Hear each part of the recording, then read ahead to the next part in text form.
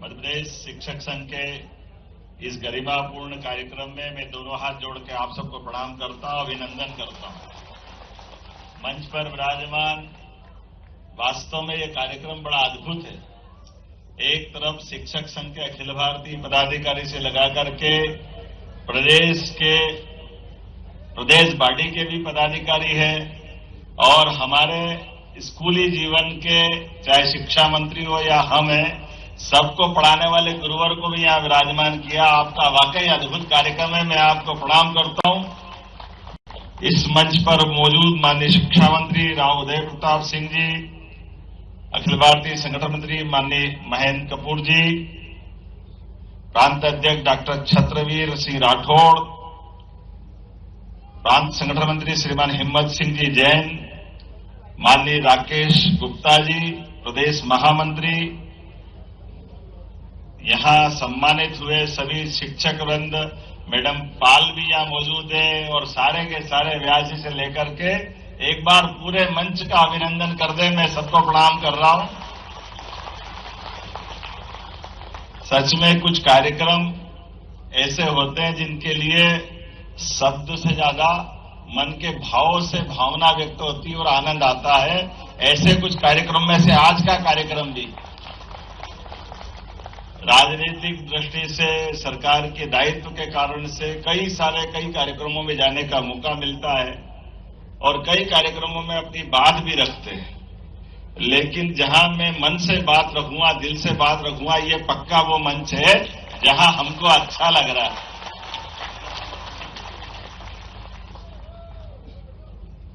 America के एक मैं अभी आपकी पुस्तक पढ़ रहा हूं, उसके प्रसंग है।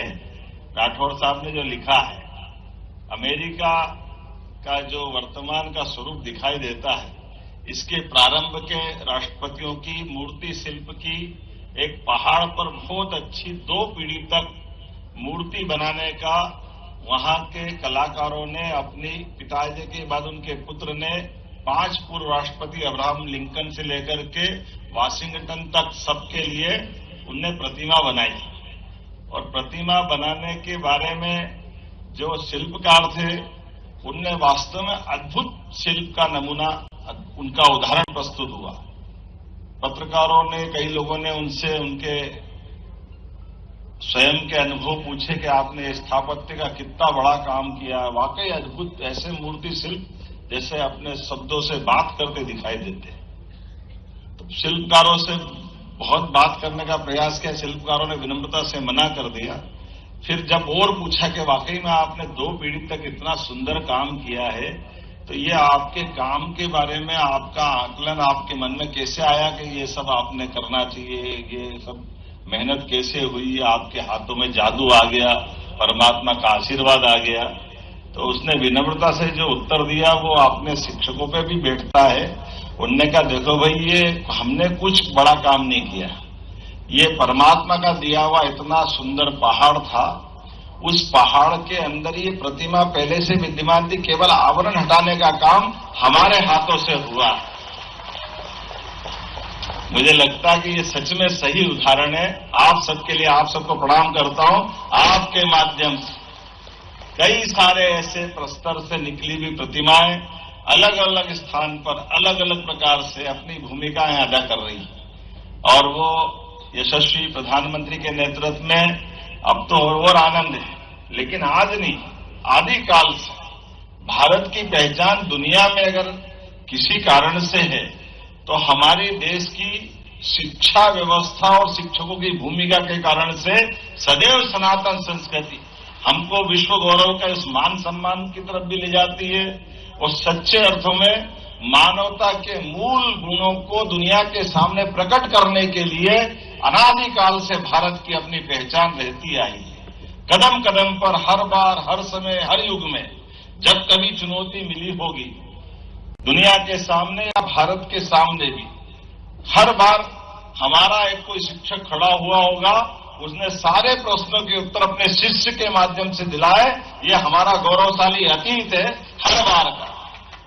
हम इसके उदाहरण अगर देखें, हर काल में भगवान श्री राम का काल देखें, त्रेता युग याद करें, त्रेता युग में महाराज दशरथ के 4 पुत्र हैं 4 पुत्रों के माध्यम से उनकी अपनी शिक्षा दीक्षा के बाद वो अपने राजमहल की सीमाओं में रह रहे हैं, लेकिन बगल के वन के अंदर तमाम प्रकार के उपद्रव हो रहे हैं राक्षसों के माध्यम से। मारी, सुबाहु, ताड़का, जाने क्या क्या कर रहे हैं। और विश्वामित्र आते हैं और महाराज दशरथ से उनके पुत्र मांगते हैं। ना सेना, महाराज कहते मैं चलूं क्या, सेना दूं क्या? बोले नहीं, कोई जरूरत नहीं, केवल आपके जो सुपुत्र हैं श्री राम और उनके साथ लखनलाल, आप दे दो। और हमने सबने देखा सच्चे अर्थों में उसी दिन पूरी रामायण की भूमिका बदल गई थी। भगवान राम श्री राम के मार्ग पे चले, उनके जीवन में पुरुषार्थ, पराक्रम, उनकी अपनी क्षमता, योग्यता से वन के अंदर कई बार हम उनको इस तरह से देखते कि उनको वनवास मिला, तब उनका अपना रूप निकल के आया। सच्चे अर्थों में उनका वो सही दौर तो उनका पहली बार, और देखा ना हमने, ना केवल उनने राक्षसों का अंत कर दिया, बल्कि उस शिक्षक ने उस काल में भी और बड़ा एक अपना निर्णय लिया, और वो निर्णय आज की राजनीतिक दृष्टि से बड़ा चुनौती वाला भी था। विश्वामित्र जी ने महाराज दशरथ से तो मांगा था केवल मारी, सुबाहु और ताड़का के लिए, लेकिन इनके अंत के बाद वो तो वास्तव में उनका वचन था कि वापस छोड़ के आएंगे। लेकिन जब ये देखा कि उनके शिष्यों ने, युवा पीढ़ी ने बड़ा काम कर दिया, तो और बड़ी चुनौती, चलो स्वयंवर के लिए, मां राजा जनक के दरबार का वातावरण, और हम सब देखते हैं वो आनंद के साथ कि माता का वरण हुआ, बड़े बड़े महारथियों के बीच में भगवान राम और लक्ष्मण ने पहचान बनाई, वो अलग बात है। लेकिन एक पंगा भी तो हो गया परशुराम जी के माध्यम से, वो भी हमको याद रखना चाहिए। लेकिन महाराज श्री राम ने उसका भी रास्ता निकाला। ये अपने शिष्य के प्रति गुरु का कॉन्फिडेंस था, और ये विश्वामित्र जी का कॉन्फिडेंस था कि ये सारी चुनौतियों में, जैसे मैंने प्रारंभ में कहानी सुनाई कि हमारे शिष्य को कहां तक ले जाना, ये शिक्षक ही तय करते, गुरु परंपरा तय करती है। ये हजारों साल पुरानी परंपरा हमारी, ये हर काल में दिखाई देती है। भगवान श्री कृष्ण के काल में सांदीपनि जी के माध्यम से दुनिया के अंदर कहां तो कंस को मारने के इतने बड़े पराक्रम के बाद भगवान, और हमारा सौभाग्य एक थोड़ा सा लाभ भी मिल गया मध्य प्रदेश का, इसलिए कि भले ही कंस को मारा वो उत्तर प्रदेश होगा, लेकिन भगवान कृष्ण को श्री कृष्ण बनाने वाली धरती मध्य प्रदेश की है, सांदीपनि जी के माध्यम। तो ऐसे में हमारे गुरुकुलों का नाम सांदीपनि नहीं होगा तो क्या होगा? ये तो हमारा उत्साह और 4 गुना बढ़ाता। हाँ, हम ये गर्व से कह सकते हैं कि भगवान राम ने वनवास काल का भी 11 साल का समय मध्य प्रदेश की धरती पे गुजारा। ये हमारी प्रदेश की धरती तब भी गौरवान्वित हुई या भगवान कृष्ण का काल में, हर काल में, हर समय इस धरती के अंदर, यहाँ के इस परिवेश में इसी प्रकार का आनंद का वातावरण रहा। इसलिए जब मैं यहाँ शिक्षक संघ के कार्यक्रम में आया तो मुझे इस बात की प्रसन्नता भी है, ऐसा ही एक विद्यार्थी भाबरा से निकल करके चंद्रशेखर आजाद बनता है, वो भी आनंद हमारे इस प्रदेश का ही। ऐसे कई सारे विक्रमादित्य से लगाकर राजा भोज तक हर काल, हर युग में हमारे यहाँ के युवाओं ने शिक्षकों के आशीर्वाद से अपनी अपनी भूमिका अदा की। ऐसे में मैं बहुत लंबी बात तो नहीं करूंगा, सच में वो सारी बातें आ गई, और मुझे लगता है विनम्रता के साथ आपने अभिनंदन पत्र में थोड़ा ज्यादा ही जोड़ दिया, मैं थोड़ा कम ही कराना चाहता, क्योंकि ये तो आपका अधिकार है। सरकार के माध्यम से सरकार की व्यवस्थाओं में, सरकार का मतलब सहकार भी है, और सहकार परस्पर होता है। हमारे यहाँ फोटो से चुनी हुई सरकार अगर सब वर्गों का ध्यान नहीं रखे तो सरकार में रहना ही बेकार है, फिर काहे के लिए सरकार में बने। सरकार के माध्यम से उच्चतम लक्ष्य भी निर्धारित होना चाहिए, सभी उलझे सुलझे प्रश्नों का समाधान भी निकलना चाहिए, और इन सारे निर्णयों से भविष्य में प्रदेश की देश के साथ कदम से कदम मिलाकर चलने की सामर्थ्य भी होना चाहिए। मुझे इस बात की प्रसन्नता है, यशस्वी प्रधानमंत्री के नेतृत्व में मध्य प्रदेश अपनी अग्रगण्य भूमिका निभा रहा है। जोरदार अभिनंदन माननीय प्रधानमंत्री नरेंद्र मोदी जी का भी करें। हमको इस बात की प्रसन्नता है, जिन शिक्षकों के मैं सामने बात कर रहा हूं वो सारा वो वर्ग है जिसने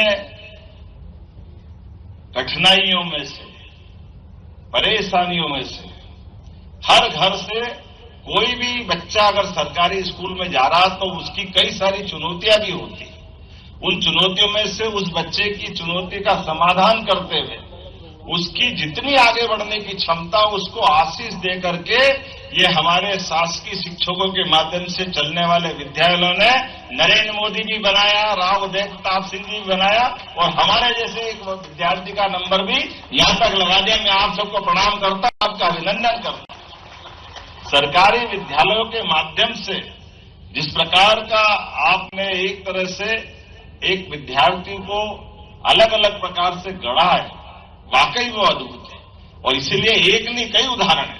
वो सच्चे अर्थों में लोकतांत्रिक व्यवस्था का यही सबसे अच्छा पक्ष। हमारे विद्यालय ऐसे ही समृद्ध भूमिका निभाते रहे और ये तो खास बात है ही। मैं आज के बीच आपसे बात करना चाह रहा हूं तो बहुत सारी बातें हो गई, अब इसलिए दोहराना नहीं चाहता हूं। मेरी अपनी ओर से अब आप बताइए, 22,000 से ज्यादा शिक्षकों का युक्तियुक्तकरण बहुत सरलता से हो गया और पता भी नहीं चला। ये तो कमाल ही हो गया, कितने अच्छे से हुआ। बड़ा कठिन भी चुनौती का काम था, लेकिन प्रशासनिक स्थानांतरण के मामले में हमारी सरकार ने कहा ये रोज का नाटक नहीं चलना चाहिए। शिक्षक को पढ़ाने के लिए विद्यालय में अनुकूल माहौल मिले, इसलिए स्थानांतरण ये पनिशमेंट नहीं होना चाहिए, आवश्यकता के हिसाब से बहुत ज्यादा जरूरी है तो कर दो। मुझे इस बात की प्रसन्नता है, हमने इसमें सख्ती रखते हुए नगण्य आधार पर स्थानांतरण वाले मामले में कोशिश की। इतना ही नहीं, आज के दौर में मैं जब शिक्षा मंत्री था, मुझे इस बात की प्रसन्नता है तब राष्ट्रीय सकल पंजीयक दर में हमारे मध्य प्रदेश का और देश के अंतर बहुत बड़ा था, लेकिन हमारे उस व्यवस्था के बलबूते पर देश में शिक्षा नीति लागू करने का भी मौका मिला। तो सबसे पहले शिक्षा नीति लागू हुई है मध्य प्रदेश में। हमें इस बात की प्रसन्नता है उच्च शिक्षा के माध्यम से। जब उच्च शिक्षा में शिक्षा नीति लागू हुई, व्यवस्थाएं लागू हुई, तो स्कूल शिक्षा में मुझे थोड़ी कसक रहती थी, अरे ये थोड़ा सा अभी हमारा कमजोर पक्ष है। मुझे इस बात की प्रसन्नता है आज ड्रॉप आउट आपने भी 0% किया। सच में आपने स्कूल शिक्षा को बधाई देना चाहता। नई शिक्षा नीति लागू करने में आप 5 अग्रगण्य राज्यों में से मध्य प्रदेश को उस स्थान तक लिया है और सब प्रकार की डिजिटल कक्षाएं, नई शिक्षा नीति, कितने प्रकार से स्किल ट्रेनिंग, व्यावसायिक प्रशिक्षण और अब स्कूलों के लिए भी। मैं अब थोड़ी सी बात राजनीतिक छोटी सी करके छोड़ूंगा। जब हमारी सरकार बनी तो बहुत लोग कह रहे थे कुछ नहीं है, खजाना खाली है, सरकार बनाएगी, आगे कुछ नहीं करने वाले हैं, पैसा ही नहीं देंगे, है ही नहीं, लाएंगे कहां से, कहां क्या कर देंगे। मित्रों, मुझे इस बात की प्रसन्नता है, हमारी सरकार ने तय किया कि हमारे द्वारा व्यवस्थाओं में भी सुशासन लाएंगे, आर्थिक रूप से भी मध्य प्रदेश को सशक्त बनाएंगे और कोई व्यवस्था में कमी नहीं होगी। इसके आधार पर मुझे इस बात की प्रसन्नता है, देश में सबसे कम बेरोजगार दर वाला कोई राज्य हुआ है तो मध्य प्रदेश से। हमारे लिए इस बात की प्रसन्नता है। देश के 3 राज्यों में से और हमसे जो आगे भी है उनकी आबादी देखो, त्रिपुरा जिसकी आबादी 50 लाख से अंदर है, इतना छोटा सा है, ऐसे हमारी आबादी से भी आधी आबादी वाले 2 राज्य, लेकिन मध्य प्रदेश ने इतनी बड़ी आबादी के बाद भी 1 से 1.25% की बेरोजगारी हमारे यहां सबसे कम है। इसी प्रकार से 5 उन राज्यों में से जो सर्वाधिक अपना पूंजीगत व्यय करने वाले, जिसके आधार पर आपके सांदीपनि विद्यालय बन रहे हैं। मुझे इस बात की प्रसन्नता है कि सांदीपनि विद्यालय बनाने के लिए जो माननीय राव उदय प्रताप सिंह जी ने कहा तो 2 कमरे के लाले पड़ते थे और क्या भवन बन रहा है। ऐसा आनंद आता सांदीपनि विद्यालय देख करके कि 56 इंच का सीना हो जाता है अपने सबका। कितना बढ़िया भवन है जहां सांदीपनि विद्यालय बनता है। मुझे इस बात की प्रसन्नता, पूरे देश के अंदर इतने अच्छे विद्यालय कहीं नहीं है, ये गारंटी से कह सकता हूं, जितने अच्छे आज बन रहे और पर्याप्त धनराशि दे रहे। आने वाले समय में भी अभी 200 और नए भवन इसी सत्र में प्रारंभ होंगे और धीरे धीरे करके हर एक स्थान पर। अब थोड़ा बड़ा मॉडल है, हमने कहा भैया ये बहुत लंबे चौड़े में एक मत बनाओ, 1 के 2 कर दो, थोड़ा 5 किलोमीटर के दायरे में ले आओ, आपको भी सुविधा, बच्चों को भी सुविधा।